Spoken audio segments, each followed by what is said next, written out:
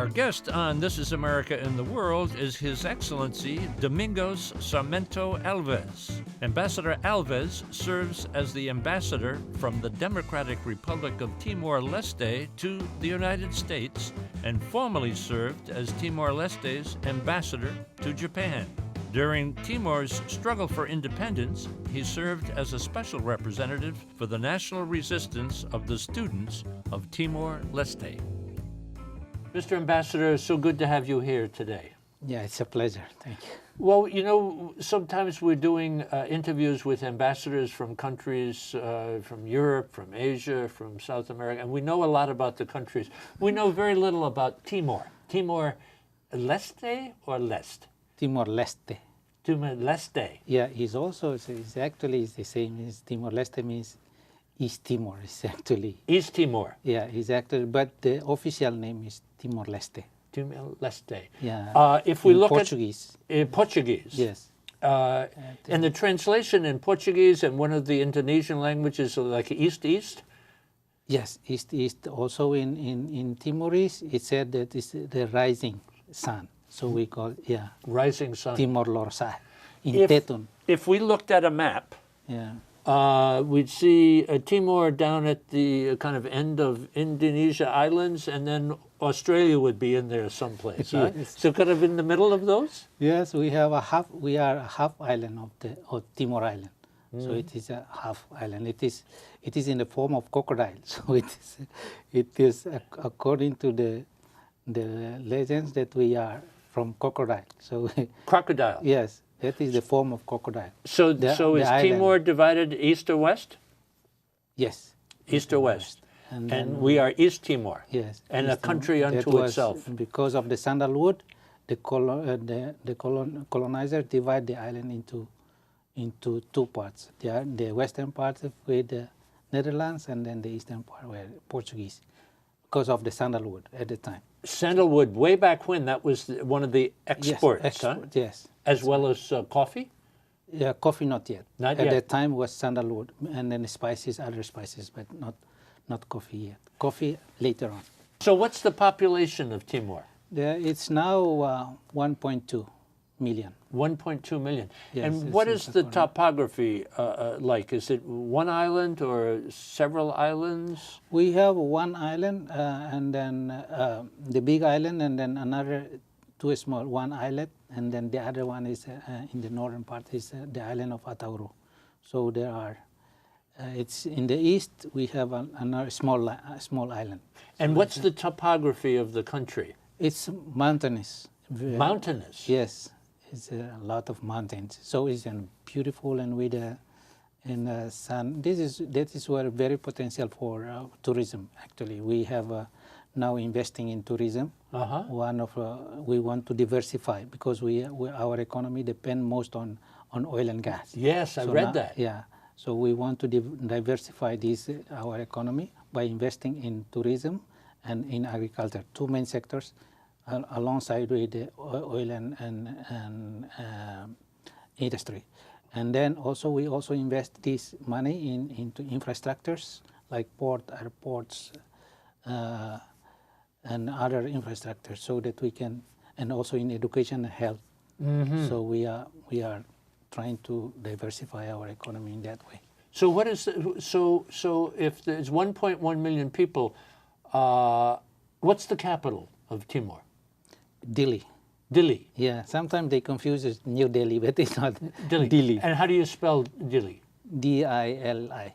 D-I-L-I, and that's the capital. Yes, it's the capital. How many people are living in cities and how many people are living in rural areas? Because of during the transition period, most of the economic activities were in Delhi.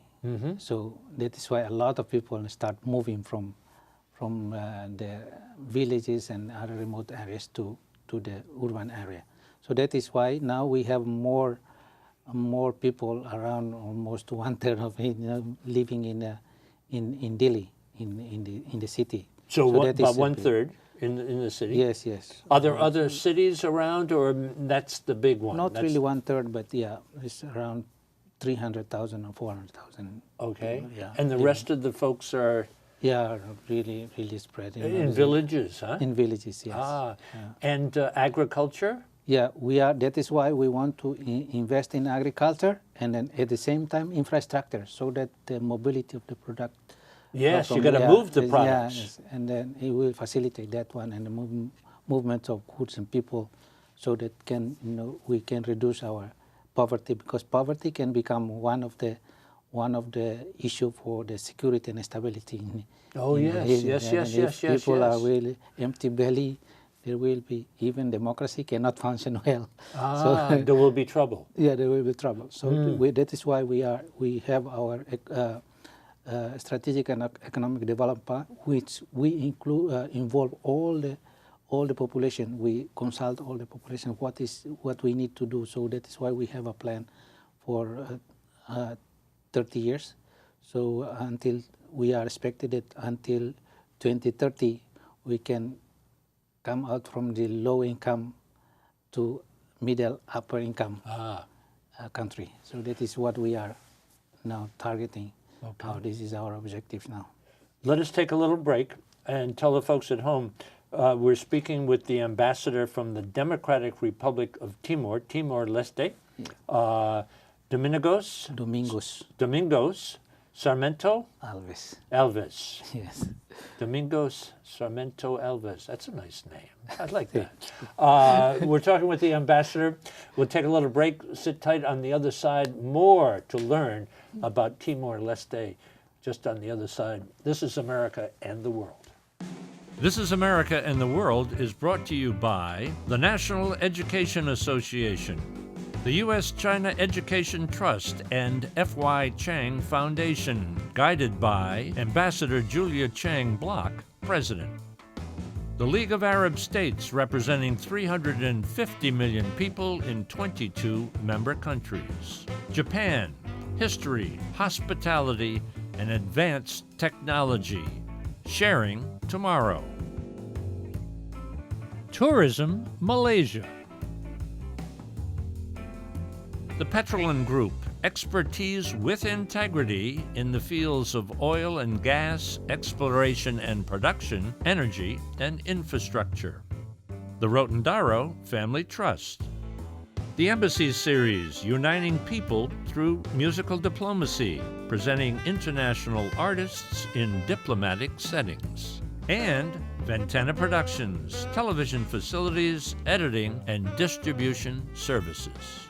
I read, Mr. Ambassador, that there is some indications or evidence, I guess I should say, that people, human beings, go back thousands and thousands and thousands of years. Is 42,000 years possible? Yes. According to the scientists, that they just found out the mice or the mouse bones that caves. They said that it's around 42,000 or something. Wow. Where would those people have come from? In Indonesia, Australia, those places? We have these Melanesian and Austronesian all mixed, so it's also the migration from Indonesian side and also from the Pacific side as well. So we are mixed. Actually, we have 33 languages. 33 languages? Yes. Oh, it's my very Lord. small. It's like a mini United Nations. Yeah. How many languages do you speak? Yeah, I speak 6, and then understanding or something like is 1. So I altogether 7. So in the old days, the products that were traded, you mentioned the sandalwood. Yes. What else was traded way back when? Yeah, according to the historians and those that already, that is most sandalwood, but also some other spices. They just say some other spices, but why is the sandalwood so sandalwood special? was very special because the Chinese, the Indians, we were already trade with the Chinese and Indians. Ah. So they actually the Portuguese when came to India and then Goa and then later on they founded the origin of the sandalwood. It is very special one. So only that can be found only in Timor Island. So that's why they came to Timor. And what so makes, we just celebrate 500 years in this November. 500 years of what? Of Portuguese, of contacting, the first contact with the Portuguese. Oh, and they were involved in the China and the India trade route at that time. Yes. Let's talk a little bit about contemporary history of Timor. And I can remember reading about this battle that was going on between the Revolutionary Front and the Indonesian military. What was that all about? Before Timor became its own country in 2002, what was the Timor was part of Indonesia?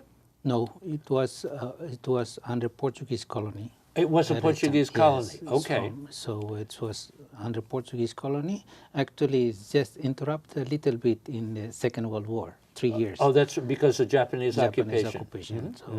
So it was since 500 years ago. Okay. So it was Portuguese was settled there and later on colonized Timor-Leste. So it was Portuguese colony, not.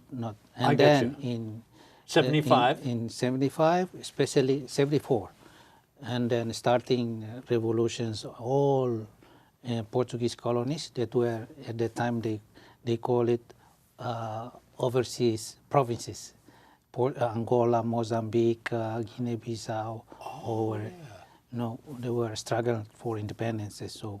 And then actually we were the one who started in 1959. Timor was the first one who was start against the Portuguese, the big one. So we started the revolution, but we didn't succeed, even though we got some help from Indonesia, but we didn't succeed to get rid of Portuguese. But what caused Indonesia to invade in 1975? And then 1975, because at that time there was we are in the process for decolonization. Portuguese was decolonizing. We are in the process of decolonization, and then it was the revolution. If you know the Carnets Revolution was in Portugal, so then starting the overseas colonies starting get their independence, starting from Guinea-Bissau, Mozambique, Angola, Cabo Verde, and then São Tomé and Príncipe later on, and then Timor was in the process, but it was not finished yet, and then Indonesia was already invaded. So when Indonesia invaded in the border, 9 days before going to the capital, we proclaim our independence so that we can just delay that one and then try to do that strategy, but it was not function. So even at that time, because U.S. also lost the war in Vietnam, 75, and then also there were also some of our leaders have a relation with the leftist movements. So that is why it was feared that we can another Cuba in that region. So it was also those kind of situations that we were the victims of the Cold War as well. But the fight went on from 75 to 1999. Yeah. A great loss of life? More than 200,000. It was only 600,000. The population only 600,000. So it was more than 200 and more, maybe around 250,000.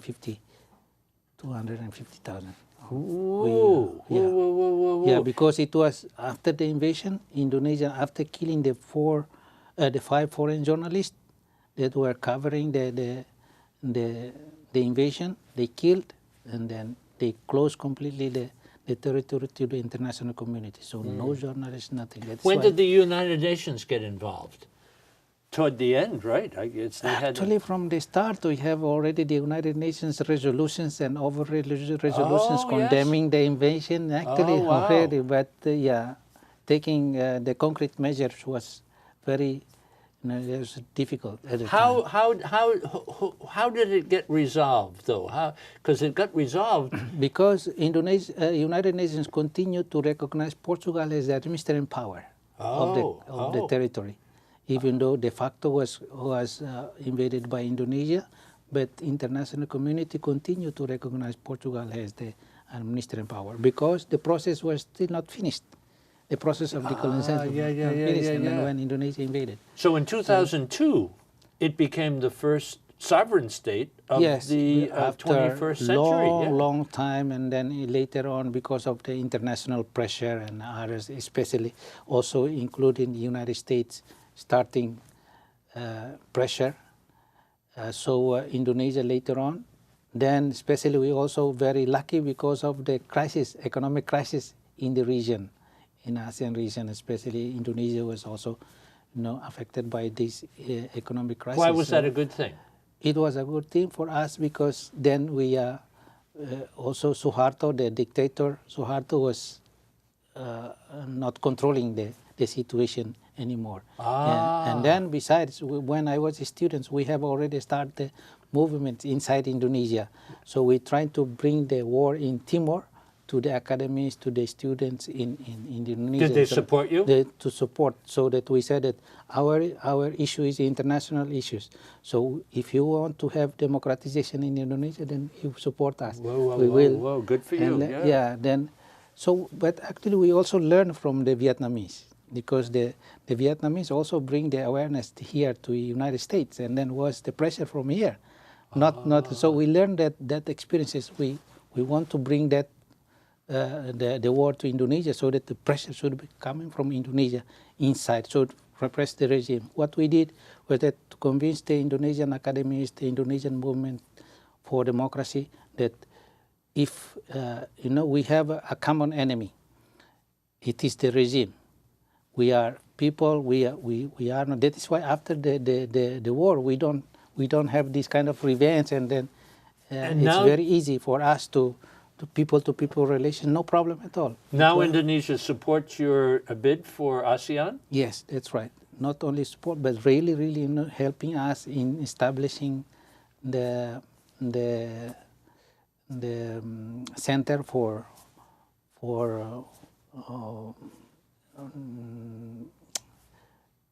preparing ourselves in terms of, there are some 3 pillars that we have to the social, economic pillar, or security, so those kind of things, helping support the country getting off the ground. Yes.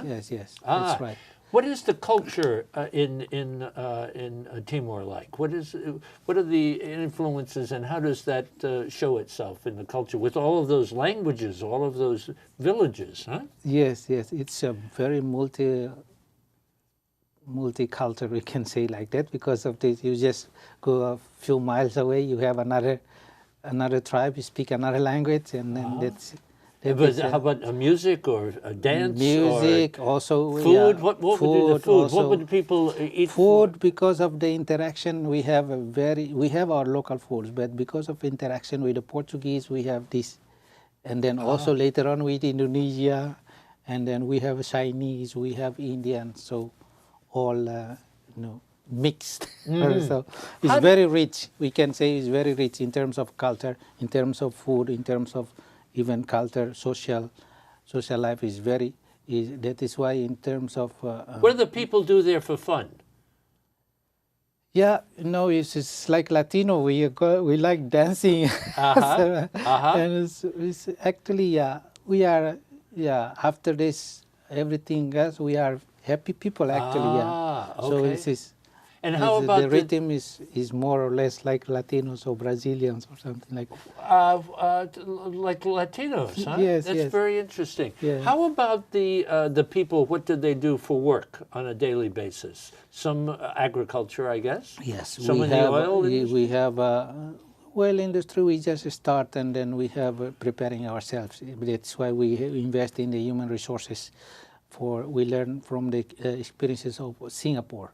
Because they have, that's a good model. Yeah, so we learn from them. So we invest in the human resources because we know that people who are produced, not So that is what we are doing, and then we are very grateful because United States also helping us in providing scholarships, like especially Fulbright, for example, or in Clinton's scholarship. Yeah, so we got this, and then most of them going back, they have now a very big influence in the process of taking decisions, because they influence the process of taking decisions, like for example in president's office or in the executive, like in the government. A lot of them going back, and then this is a very good one because they can influence the process of the decision. Who's doing who influences? USA? I mean the students, the Timorese students who finish their study here, right, and then go back. Yeah, sure. I know, because then they will work in these institutions, government institutions, and then this is why they help build especially for the democratic institutions in Timor. Perfect. They are the one who are now having this in hand and then try to consolidate now. We are now in the process of consolidations of our democratic institutions. So President, Prime Minister, I guess, yes. Parliament as well. Yeah.